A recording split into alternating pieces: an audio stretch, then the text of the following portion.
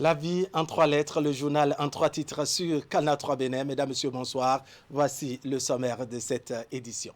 L'actualité nationale avec cette décision de la HAC qui définit les conditions et modalités de passage des partis politiques sur les médias pour le compte de la campagne électorale à venir. L'institution de régulation a tracé le carnaval à respecter par les professionnels des médias durant la période électorale. Seuls les organes de presse retenus par la HAC sont habilités à couvrir la campagne médiatique des élections de 2020, nous dira le premier rapporteur dès le début de ce journal.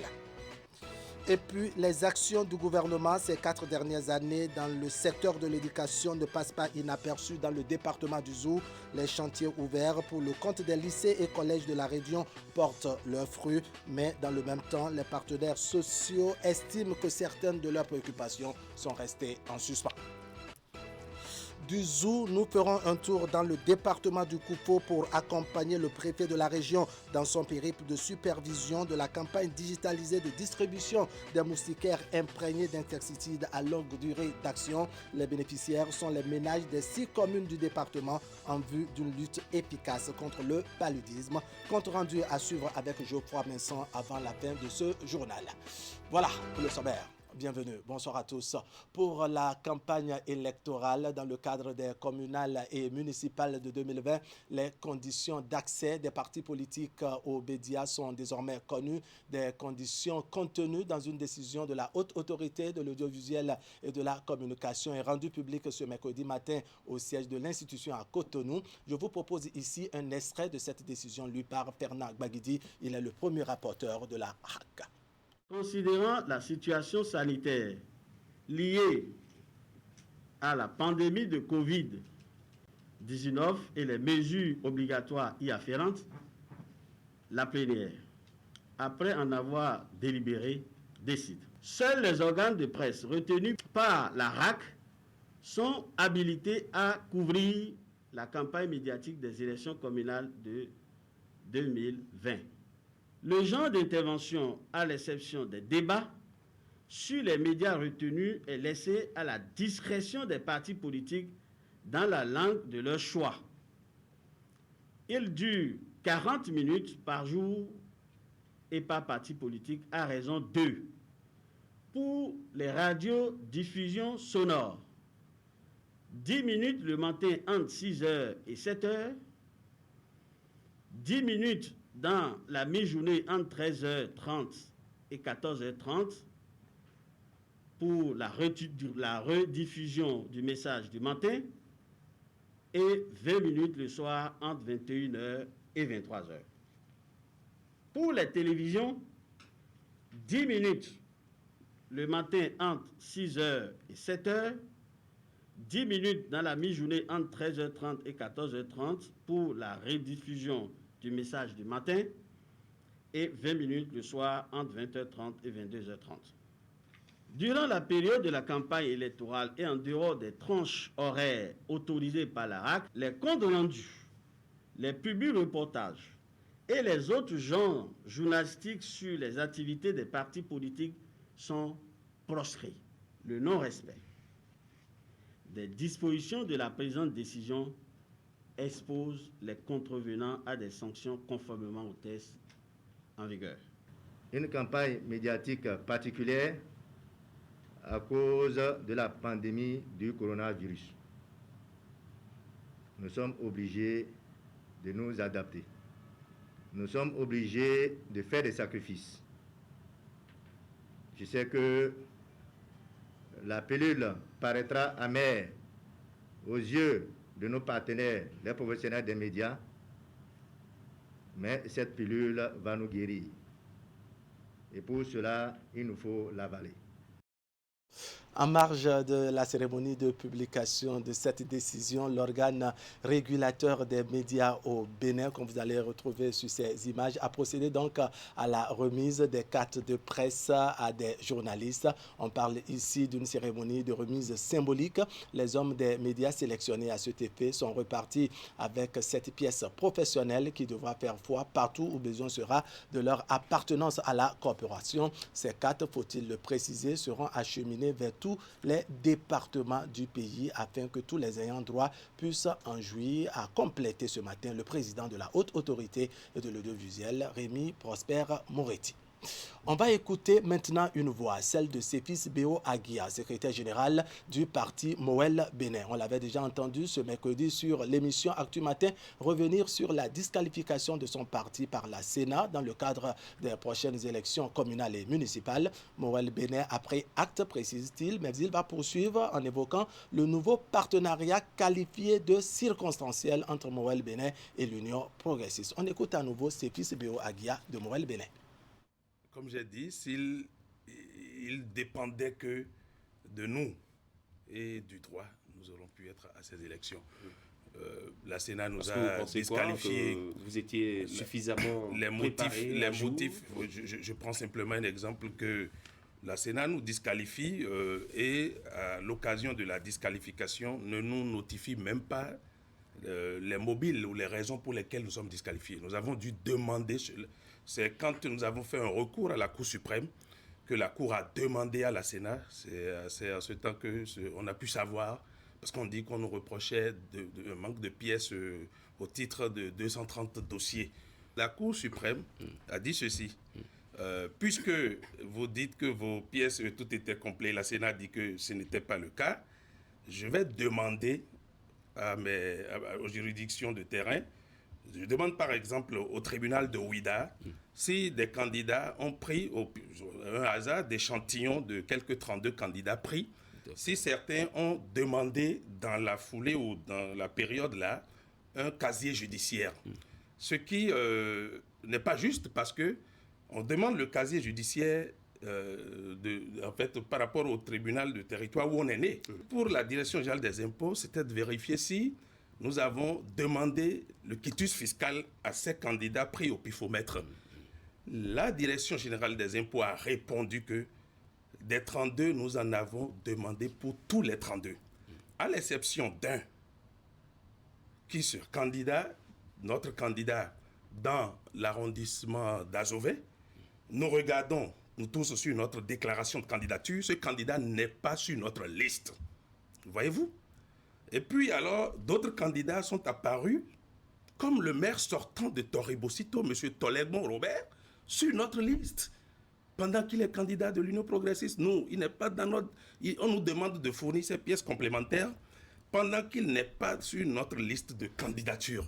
Moël Bénin a-t-il décidé de soutenir l'Union progressiste pour ces communales-là?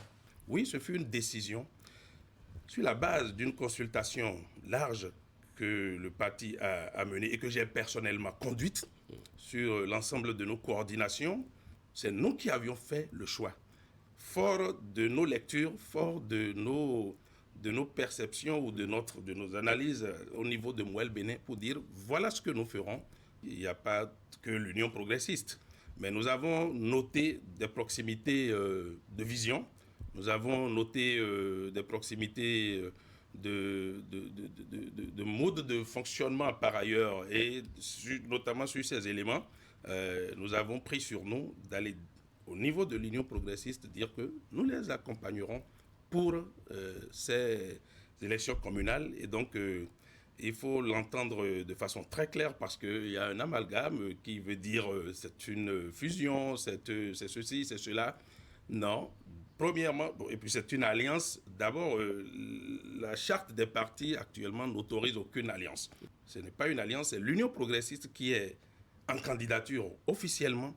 Moël Bénin a décidé de l'accompagner sans condition. C'est un partenariat circonstanciel précis, c'est bien noté dans la déclaration de candidature signée par le président Jacques Kayadji et le président Bruno Amoussou, pour dire que les partis maintiennent leur autonomie existentielle et organisationnelle. Le reste, c'est l'avenir qui fait le reste du débat. Les choses ont bougé en 4 ans de gouvernance dans le secteur de l'éducation. Ce sont les acteurs du secteur dans le département du Zou qui le disent. Les réalisations du gouvernement de la rupture dans les lycées et collèges de cette région sont diversement, mais positivement appréciées par les uns et les autres. Néanmoins, les partenaires sociaux, les syndicalistes bien entendu, estiment que certaines préoccupations qui participent au bien-être des enseignants sont restées en suspens. Les détails maintenant dans ce reportage signé Imet Hélène Amoussou. Pilier important du développement d'une nation, le secteur de l'éducation a été l'une des priorités de l'exécutif ces 4 dernières années au Bénin. Dans le programme d'action du gouvernement, nombre de projets ont été identifiés en vue d'impacter positivement le secteur. Sur le plan infrastructurel, des avancées significatives ont été enregistrées. Dans le centre du pays, selon les autorités en charge de l'enseignement secondaire général et technique, les réalisations sont visibles.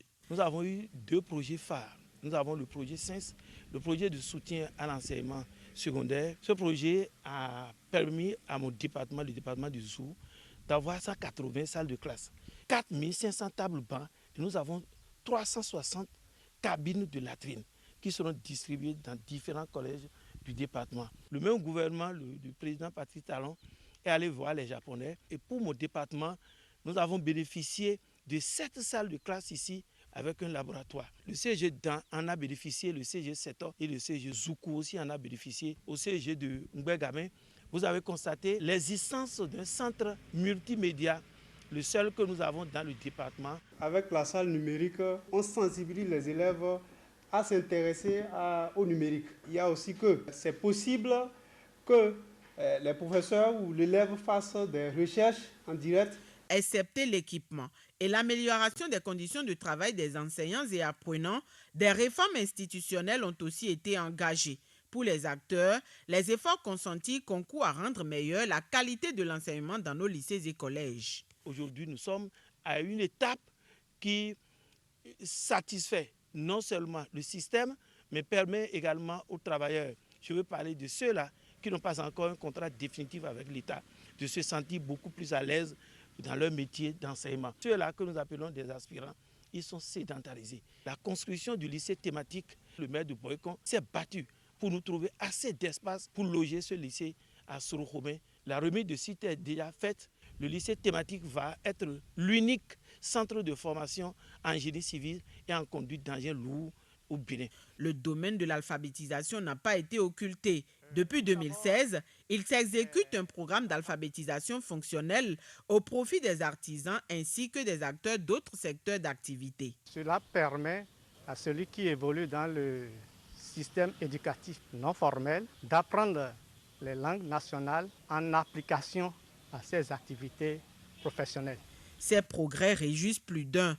Toutefois, certains estiment que beaucoup reste à faire. Ils invitent les autorités en charge de l'enseignement secondaire, de la formation technique et professionnelle à se pencher sur d'autres problèmes auxquels sont confrontés les acteurs du secteur. Pendant les 4 ans, les enseignants ont eu à peine 22 000 par an comme prime, comme gain. Nous pensons qu'il peut faire mieux. La gestion des carrières, la rémunération et bien d'autres sujets sont des préoccupations auxquelles ils sont invités à apporter des solutions.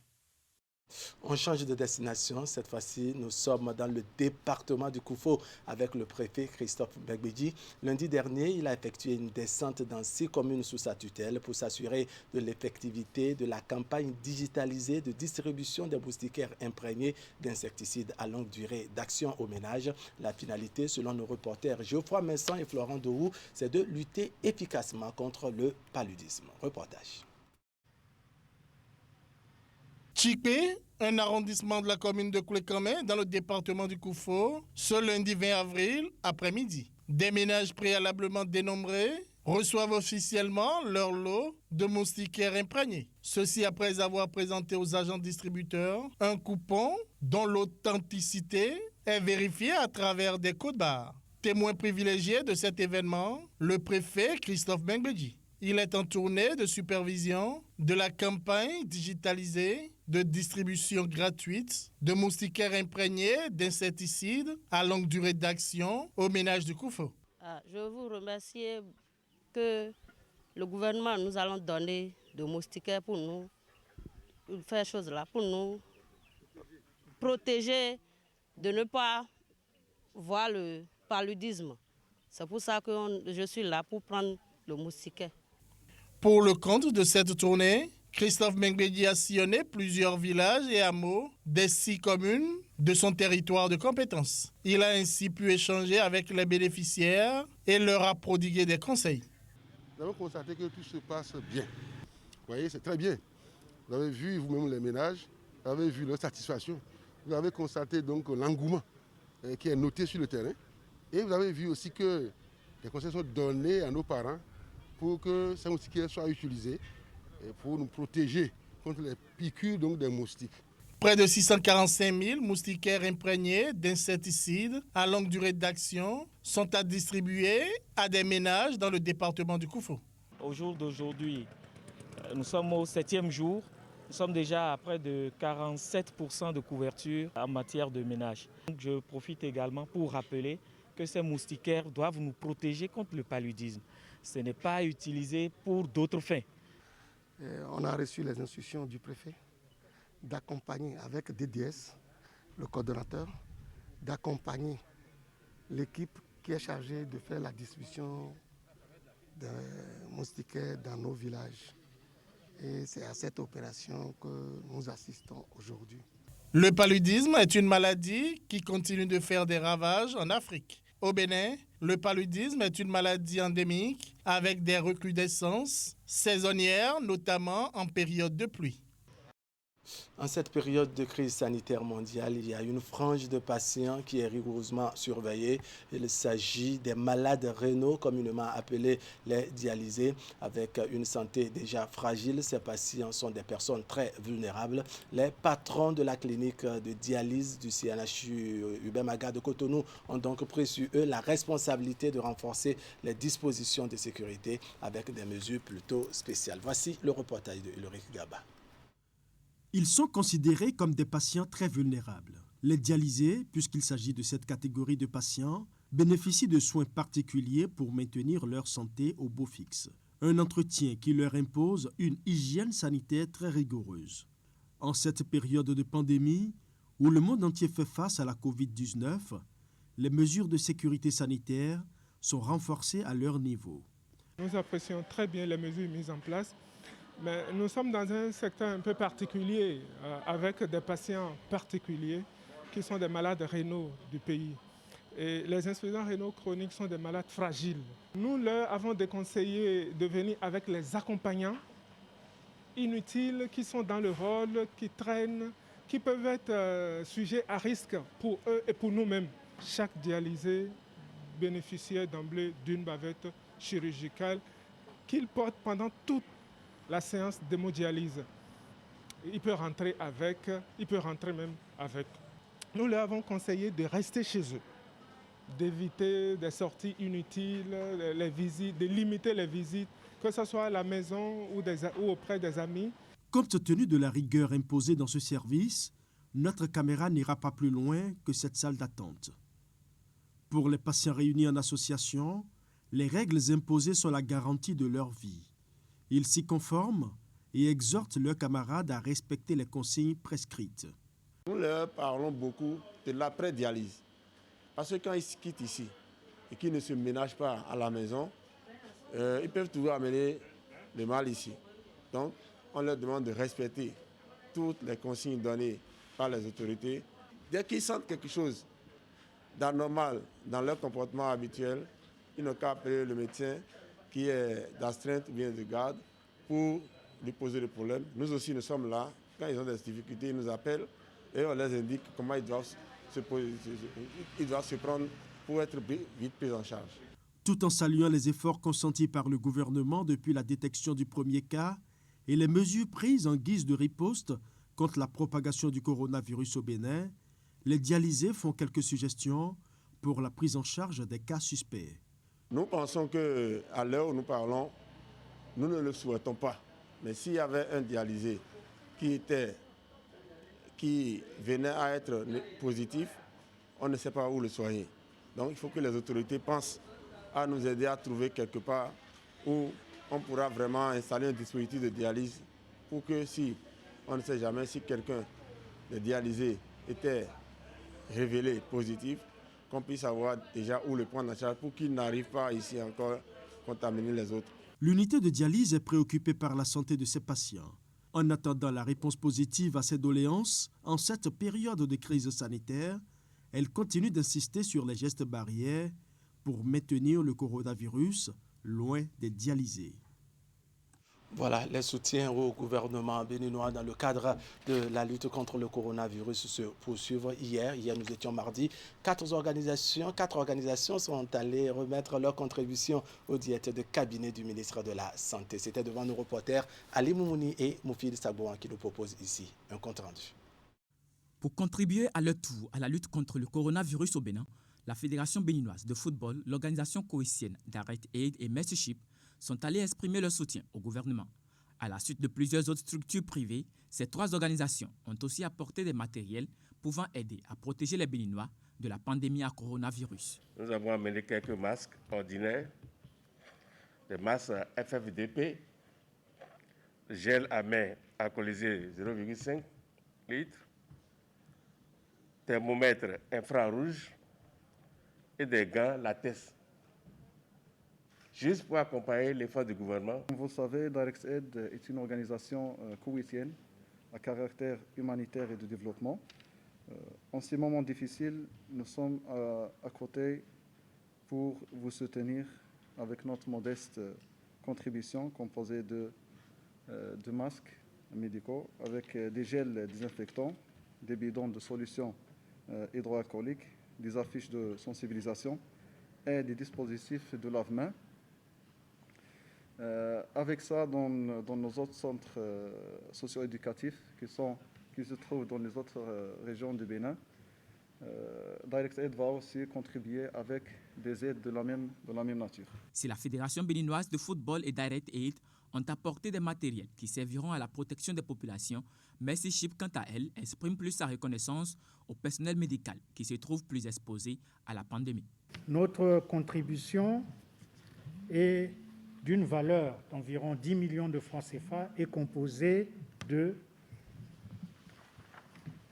2500 paires de gants d'examen, 2500 masques FFP2, 4500 charlottes à usage unique, 4500 paires de couvre-chaussures à usage unique, 300 surblouses à usage unique et 300 lunettes de protection médicale.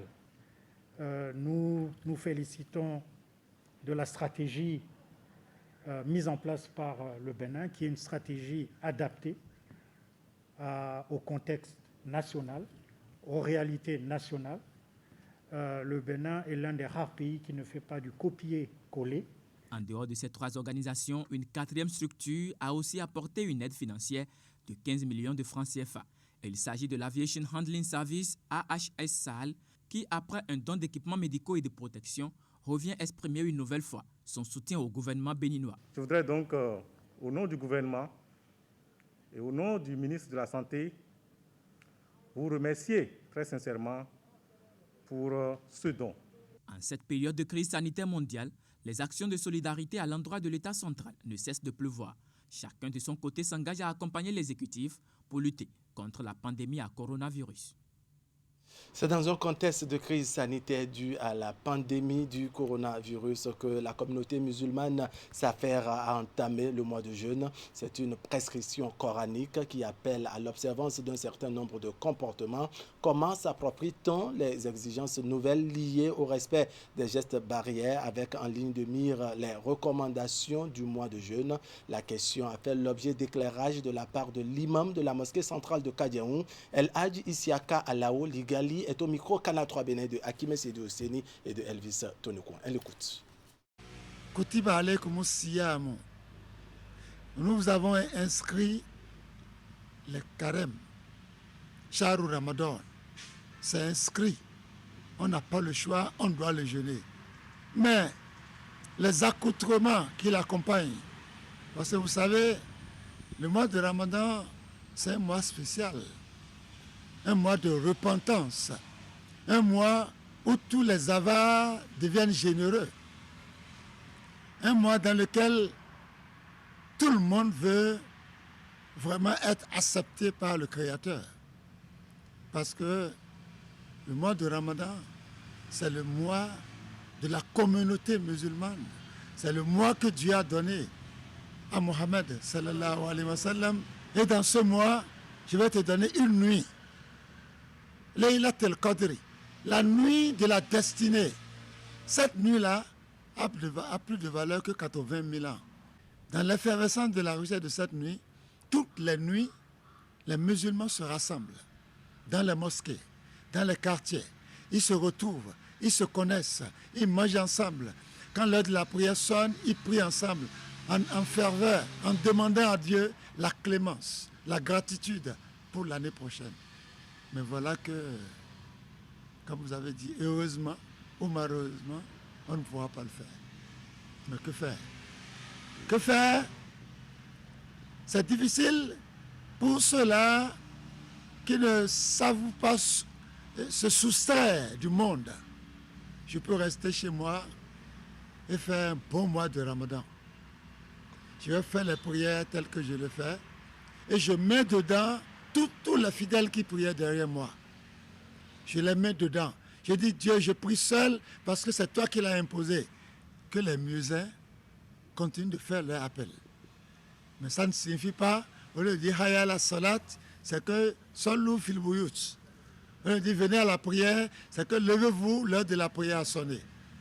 Et le musulman qui entend ça, tu te lèves le matin, à 4 heures, tu as ta nourriture à côté, tu manges, tu fais tes ablutions, fais au moins 4 ou 2 rakas avec la Fatiha et la sourate que tu connais et dis Dieu, je fais ceci pour répondre à l'appel du mois de Ramadan.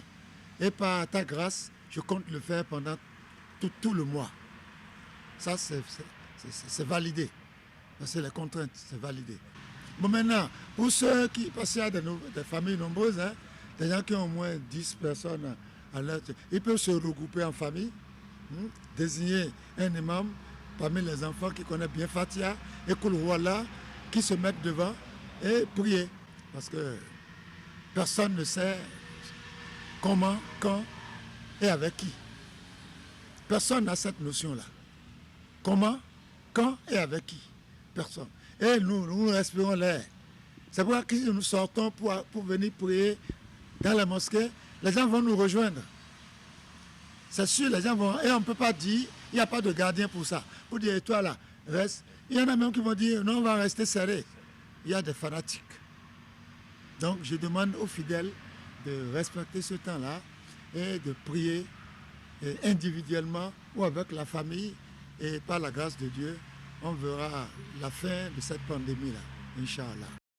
Inch'Allah. Voilà, c'est sur ces détails plutôt complexes pour les fidèles musulmans qui entament très bientôt le mois de jeûne que nous mettons au final à cette édition, que je vous remercie d'avoir suivi. L'information continue sur Canal 3 Bénin. On va se retrouver demain à 19h30 pour partager le reste de l'actualité. Mais comme d'habitude, tôt sur Actu Matin, on va feuilleter ensemble les parutions du jour. Allez, portez-vous bien.